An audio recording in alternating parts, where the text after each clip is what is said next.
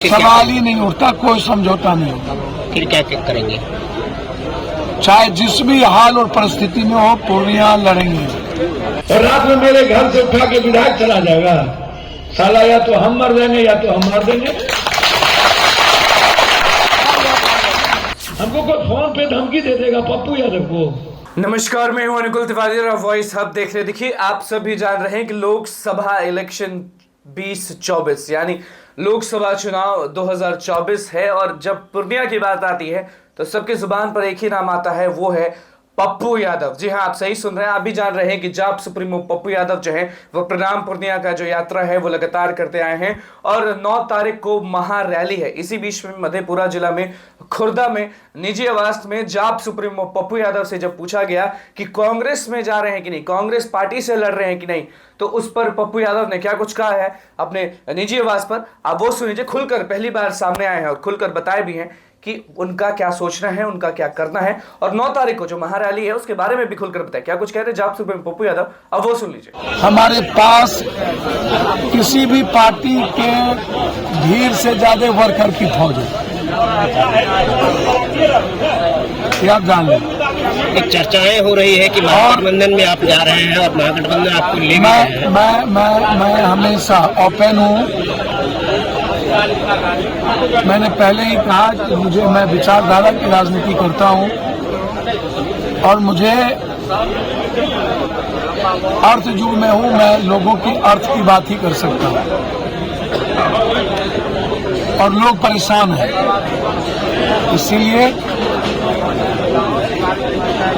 हमने कांग्रेस नेतृत्व हो या हमने सभी लोगों से कहा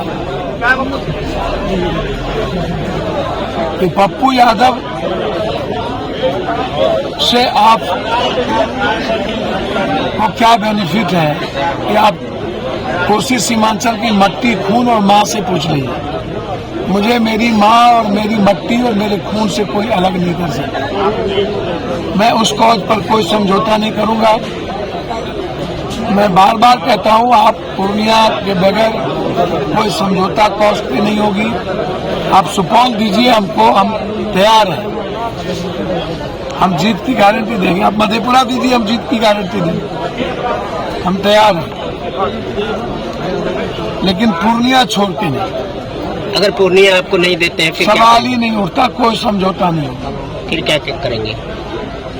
चाहे जिस भी हाल और परिस्थिति में हो, पूर्णिया लड़ेंगे। मैंने कांग्रेस नेतृत्व को बता दिया है कि सुपौल हम जीतेंगे। आप बताइए, हमारी जिम्मेदारी होगी। मधेपुरा भी जीतेंगे, लेकिन पूर्णिया छोड़कर नहीं, पूर्णिया के साथ। 9 मार्च को कोसी सीमांचल के विकास की आजादी के लिए, हक और अधिकार के लिए पूर्णिया के रंगभूमि मैदान में 5 लाख लोगों के इकट्ठे होने की संभावना है। बाढ़ से मुक्ति और इस इलाके की गरीबी को खत्म करने के और इस इलाके के अधिकार को लेकर 4 जिले की, सुपौल, सहरसा, मधेपुरा और अररिया। पार्टी विलय करने की भी बात चर्चा है। सर, ऐसी कोई बात नहीं है। मैं गठबंधन के पक्ष में हूं। कांग्रेस नेतृत्व को समझना और महसूस करना है कि वो हमें किस रूप में लेना चाहते हैं और रखना चाहते हैं। मैं गठबंधन के पक्ष में हूं। कांग्रेस नेतृत्व का जो भी आदेश होगा उसका मैं अक्षर पालूंगा। बहुत बड़ी ताकत है आप, और किसी भी दल से ज्यादा वैचारिक लोग हैं आप। 90-95% लोग हमारे साथ ऐसे हैं जो दूसरे धर्म, दूसरे वर्ग और दूसरी जाति का इज्जत ज्यादा करते हैं। दूसरे दल में 90% ऐसे लोग हैं जो दूसरी जाति को, दूसरे धर्म की इज्जत नहीं करते। हमारे साथ तादाद है उन वर्कर की जो मल्लाह है, केवट है, मुनिया है, चंदवंशी है, कार है, कुमार है, कमार। एक बल्ला नहीं होता है, तो जिसको एक बैट की क्षमता नहीं है, क्या आप अपनी बहन को, यहां कितने लोग हैं जो ब्रांडेड शर्ट पहने हुए हैं? उठिए तो, ब्रांडेड शर्ट या ब्रांडेड जूता, ब्रांडेड शर्ट है आपके पास? आइए इधर आइए, रुको। लीडर में यदि काबिलियत होगी तो किसी इंसान को वो तकलीफ नहीं देगा, किसी के जीने और उसके अधिकार पर हमला नहीं करेगा, किसी जाति को गाली नहीं देगा, किसी धर्म को गाली नहीं देगा। यह काम कमजोर आदमी करता है जो दूसरे जाति को गाली देता है, दूसरे धर्म को कमजोर करता है, दूसरे के जीने के तरीके पर हमला करता है। मजबूत आदमी की ये निशानी नहीं है। मजबूत आदमी हमेशा रास्ता बदलता है, हमेशा जब उसे मौका मिलता है तो दुनिया बदलती है। और पप्पू यादव को मौका मिले न मिले, हम हर दिन लंबी लकीर खींचते हैं और हर दिन रास्ते बदलते हैं।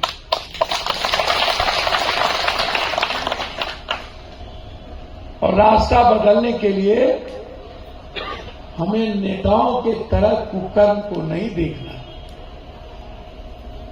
और लोगों के रास्ते नहीं चुनना। क्यों हर लोगों को यह विश्वास है?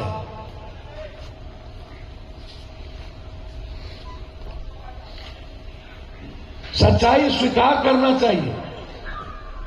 और जो लोग यहां पप्पूवादी भी हैं, राजदवादी भी कुछ लोग हैं, मन में जो रहता है, और विशेष तौर पर यादवाज जी लोगों को मैं आपसे पूछता हूं कि आपके सुपौल में, मधेपुरा में कौन ऐसे कैंडिडेट है जिससे आप चुनाव जीतिएगा? मैं वो नहीं बात करूंगा। जाइए, जाकर के सोचिए, जाइए और जाकर के घर में सोचिए।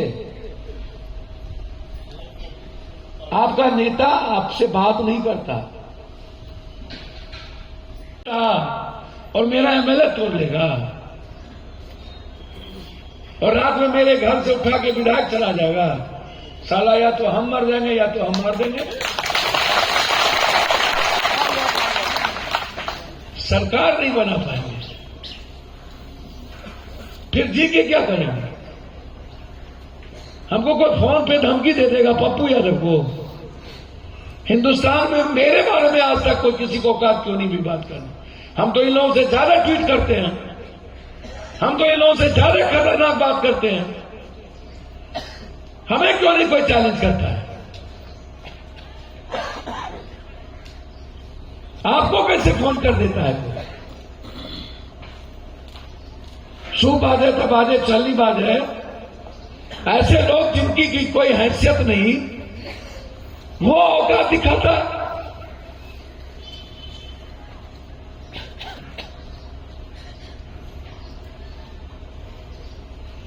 ऐसे लोगों को पैदा कौन करता है?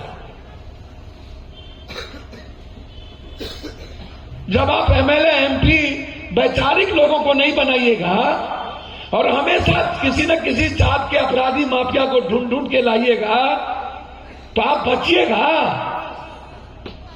अपने वर्कर पर क्यों नहीं भरोसा है?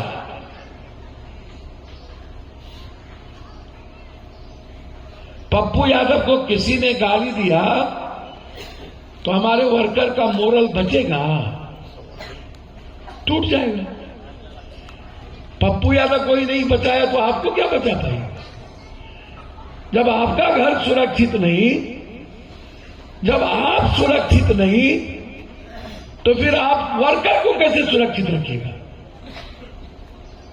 तो आपने सुन लिया कि चाप सुप्रीमो पप्पू यादव ने सीधे कांग्रेस वाली बात पर क्या कुछ कहा है, वो सबके सामने खुलकर बताए हैं। और आप भी जान रहे हैं कि 9 तारीख को प्रणाम पूर्णिया का महारैली है, लाखों लोग वहां जुटने वाले हैं, लाखों लोग वहां आने वाले हैं। उस पर भी पप्पू यादव ने क्या कुछ कहा वो भी आपने देख लिया। अब देखना यह है कि कांग्रेस से कब जवाब आता है, क्योंकि पप्पू यादव जो है वो सीधे खुल्लम खुल्ला कह दिए हैं कि हमारा जो कहना था वो हम कांग्रेस में कह दिए हैं। अब देखना होगा कि क्या आगे होगा, और 9 तारीख को भी हम दिखाएंगे ज़रूर कि 9 तारीख को पप्पू यादव कितना भीड़ लगाते हैं, क्योंकि अभी एक ही नाम है जो गूंज रहा है बहुत पूर्णिया में, वो है पप्पू यादव। अब देखना है कि लोगों का साथ कितना मिलता है पप्पू यादव का। तो बस हमारे चैनल को सब्सक्राइब कर, पेज को लाइक कर। धन्यवाद।